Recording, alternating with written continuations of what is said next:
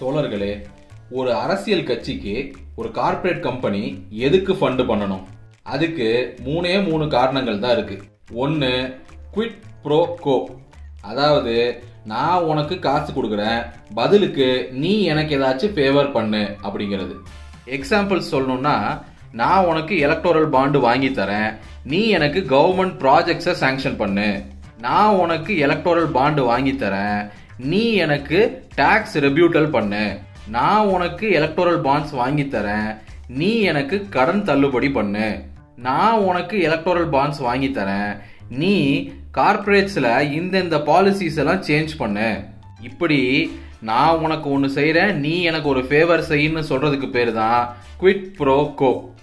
ரெண்டாவது காரணம் எக்ஸ்டார்ஷன், அதாவது வழிப்பறி. இந்த இடி ஐடி டிபார்ட்மெண்ட் எல்லாம் ஏவி விட்டு உன் மேல கேஸ் போட்டுருவேன்னு மிரட்டி, இல்ல கேஸ் போட்டு மிரட்டி எனக்கு எலக்டோரல் பாண்ட் வாங்குன்னு சொல்றது. அந்த கம்பெனி அவங்க சொன்ன மாதிரி எலக்டோரல் பாண்ட்ஸ் வாங்கிடுச்சுன்னா அதுக்கப்புறம் போட்ட கேஸை கிடப்புல போட்டுறது. இதனாலதான் இடி ரைடு பண்ணி அது போட்ட கேஸுகளுக்கும் அதை அடுத்த கட்டத்துக்கு எடுத்துட்டு போய் சார்ஜ் ஷீட் பண்ணதுக்கும் மலைக்கும் மடுவுக்குமான வித்தியாசம் இருக்கு. அதாவது போட்ட மொத்த கேஸ்ல 2.98% தான் சார்ஜ் ஷீட்டா மாறி இருக்கு. இதுக்கு பேர் தான் எக்ஸ்டார்ஷன், வழிப்பறி.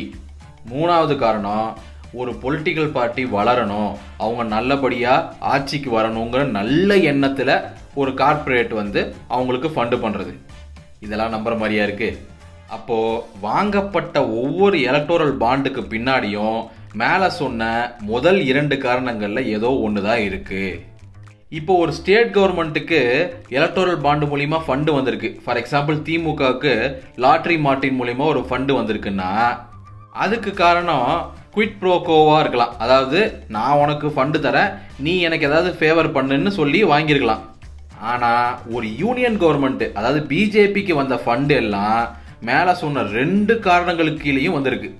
அது குவிட் ப்ரோ கோவாவும் இருக்கலாம், இல்ல எக்ஸ்டார்ஷனாவும் இருக்கலாம்.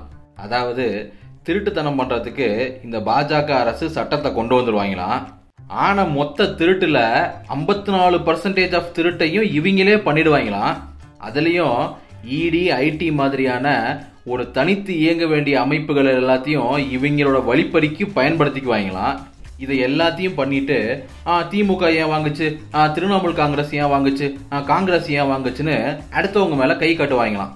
சரி, இப்ப திமுகக்கு லாட்ரி மார்ட்டின் 500 கோடி கிட்ட எலக்டோரல் பாண்ட்ஸ் வாங்கியிருக்காரு. அத வெளியில யாருப்பா சொன்னது? திமுகவே தானே சொல்லுச்சு. எங்க நீங்க அவ்வளவு பெரிய யோக்கியனா இருந்தா நீங்க வாங்கின 8000 கோடிக்கும் யார் யாரு கொடுத்தாங்கிற கணக்கு காட்டுங்க பார்க்கலாம்.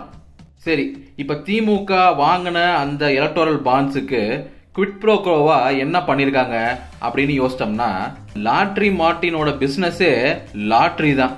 லாட்ரி தமிழ்நாட்டில் தடை செய்யப்பட்ட ஒண்ணு. திமுக அரசு அந்த தடையை ஒண்ணு விளக்கல.